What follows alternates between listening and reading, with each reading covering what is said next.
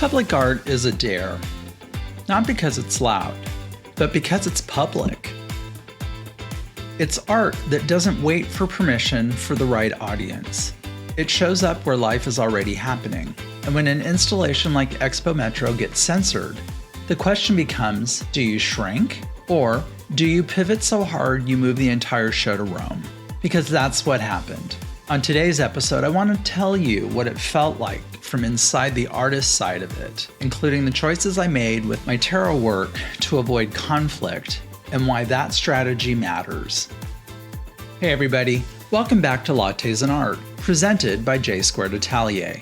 I'm your host, James William Moore, artist, curator, educator, and a person who absolutely believes that public art matters because it shows up where people already are. This episode is a solo one because this story deserves a full unpack.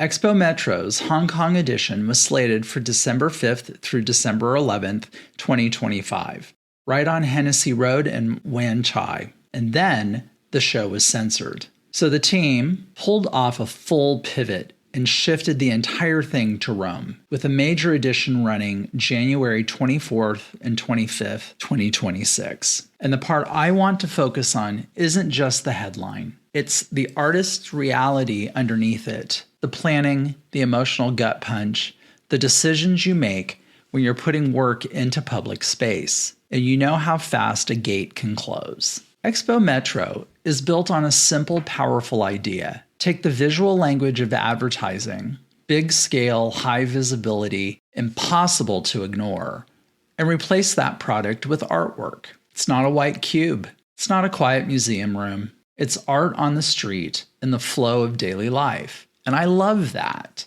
because museums are incredible, but they're not neutral. They're curated gates with hours and admissions and social codes.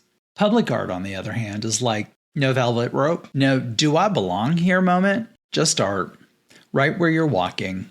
That's the dream, that's the mission. So when Hong Kong was announced, big street, big screens, huge visibility, it felt like a real moment, which is where my tarot work comes in. The Hong Kong edition was promoted as this massive open-air art gallery moment that was going to run for about a week on Hennessy Road in Wan Chai. Hundreds of artists, dozens of countries involved. And if you've ever done any public-facing exhibition, especially one with international logistics, you know what goes into it. Prepping files, specs, exports, deadlines, confirmation emails, double-checking color, triple-checking resolution, and that low-grade anxiety that hums under everything like, please let this happen, please. For me, there was also this extra layer because my piece is tied to my ongoing work with Madame B, my campy theatrical archetype-driven alter ego. And the thing about archetypes is they're universal and they're volatile. They touch religion, they touch politics, they touch identity, they touch power. So I was excited and I was careful. So tarot. Tarot is symbolism with teeth. It's archetypes, it's power, it's fear, it's desire. It's a deck of stories we keep pretending we don't believe in while we quietly live by them. I submitted a tarot read for this show, but I didn't submit just anything. I curated what felt safe enough to survive the context without defanging the work. The piece I planned for Hong Kong was a 3-card spread. King of Swords, authority, intellect, decision, the blade is clarity. 3 of Swords, the heartbreak card, clean, brutal symbolism, a heart, 3 swords, no negotiation. Page of Wands, the spark, the messenger, the beginning, the flame. Visually, it's my language. Ornate frames, damask wallpaper, neon candy intensity that makes it feel both camp and haunted. But here's the important part. That spread was not an accident. It was a choice designed to avoid turning the work into a headline. Because tarot can be playful and theatrical, or it can become a provocation that reads as political commentary, religious critique, sexual content, or a direct mockery of power. And I have that work too. Which brings me to what I deliberately did not send for the Hong Kong context. Okay, let's be honest. This is the part where I take a sip of coffee, look directly into the camera, and say, I absolutely curated my chaos. Because I have tarot cards in my practice that are, how do I put this politely? They are not museum gift shop ready. They are not calming spa playlist. They are not live, laugh, love. They are the cards you pull when the universe is like, hey, bestie, let's talk about your choices. And when I knew this was going to be public screens, international, and high visibility, I did what any responsible artist who also enjoys being invited back does. I asked myself, James, do you want to be right or do you want to be shown? Because those are different hobbies. So yes, I made choices, not because I was trying to be small, but because I understood how quickly one image can become the reason somebody panics and slams the whole door. Here's what I didn't send. I did not send my Emperor card. Listen, my Emperor card, not subtle. Emperor is the kind of image that walks into a room, kicks a chair over, and says, let's talk about ego and power. It's a satire of authority that's so readable that the image basically comes with its own headline. And I love that card. It does the job, but on a public screen platform that relies on gatekeepers not having a nervous breakdown, yeah, that card is a match. So I said, not today. Not this time. I also did not send justice, because justice, justice sounds neutral until you remember it isn't. You put justice on a public screen and suddenly you're not doing tarot anymore. You're doing a statement.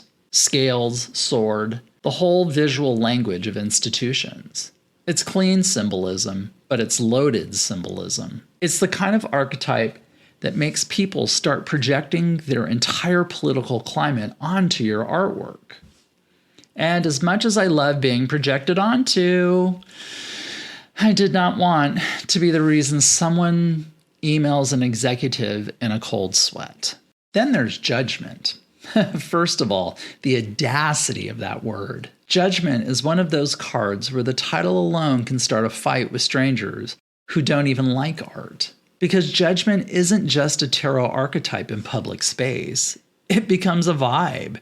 It becomes a threat. It becomes a mirror people don't want to look into. And don't get me wrong, I adore a mirror, but I did not need a mirror that also comes with a siren.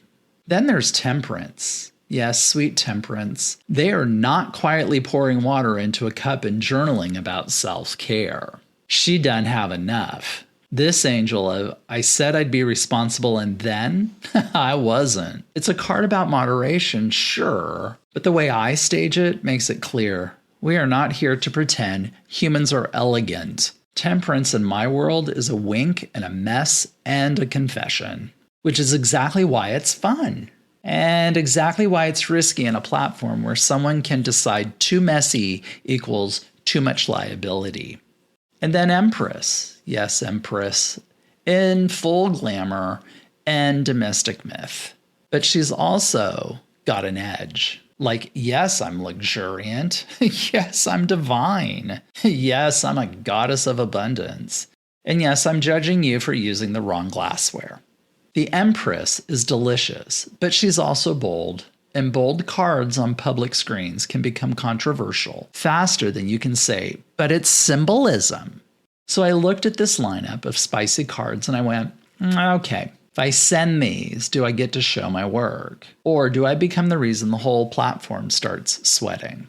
I chose strategy. I chose the read that carries the weight without carrying a target. King of Swords. Power, yes, but not a person.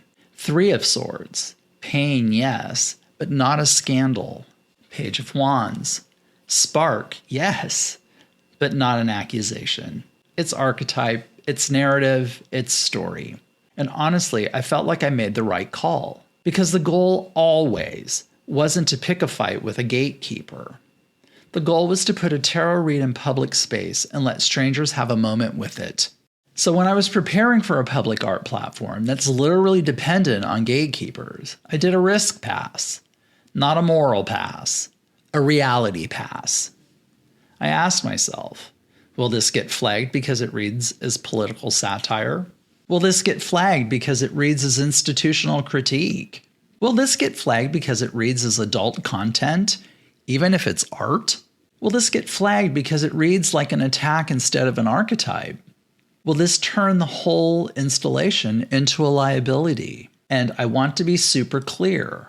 This wasn't me watering down my practice. This was me protecting the opportunity for the work to exist in public at all. Because here's the truth of public-facing art. Sometimes one image doesn't just get rejected. It becomes the excuse to reject the entire platform. That was my strategy. And I felt good about it.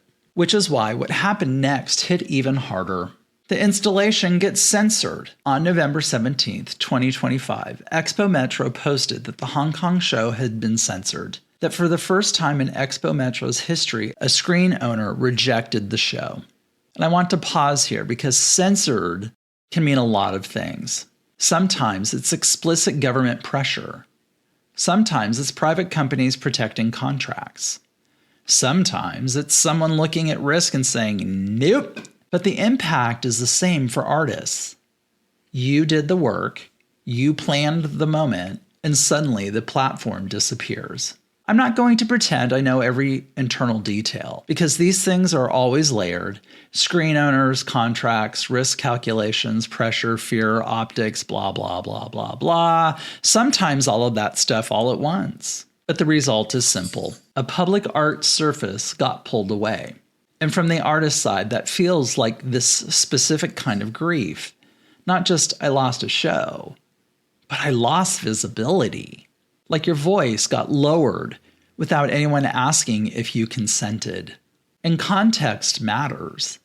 Hong Kong has been experiencing increasing pressure on expression in recent years, including events getting shut down under broad justifications like force majeure, which some observers describe as political pressure wearing a legal mask. So even if you don't know every behind-the-scene details, the headline lands, art was ready, and something made it unsafe or unacceptable to show. It's being edited out of the public world. And what messed with my head was I had already chosen the safer tarot spread. I'd already avoided the sharper cards. I'd already made the strategic edit, and it still didn't matter, which is a brutal reminder. Sometimes censorship isn't about your exact image. Sometimes it's about the fact that art is unpredictable. And unpredictability scares systems. But then, Rome! This is the part that made me exhale. Instead of letting the story be canceled, Expo Metro relocated. They pulled together, reorganized, and moved the entire installation to Rome. Rome 26 is described as a monumental public art exhibition, 487 artists from 66 countries, running from January 24th to 25th, 2026. And Expo Metro stated that the Hong Kong artworks were transferred to the Rome format. This is not a simple reschedule. This is a resurrection. And symbolically, it's kind of perfect.